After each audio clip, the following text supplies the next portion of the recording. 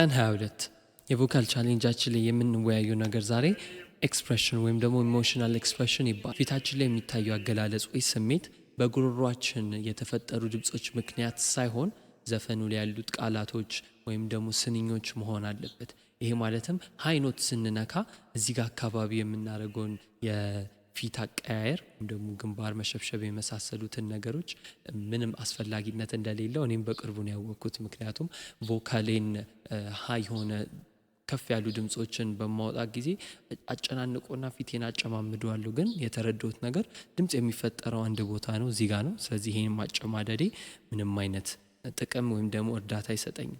ነገር ግን ሙዚቃ ያለበት ወይም ደግሞ የሚያስተላልፈው መልእክት ይበልጥ ስሜታዊ የሆኑ ነገሮች ከሆነ ኦፍኮርስ ፊቴን በዛ መልኩ ስሜቴን ለመግለጽ መቀያየር እንደሚኖርብኝ አውቃለሁ። ነገር ግን ዘፈኑ ወይም ደግሞ ጉሮሮዬ ጋር በሚፈጠሩ ድምጾች ምክንያት ፊቴን መቀያየር ማጨማደድ የለብኝም።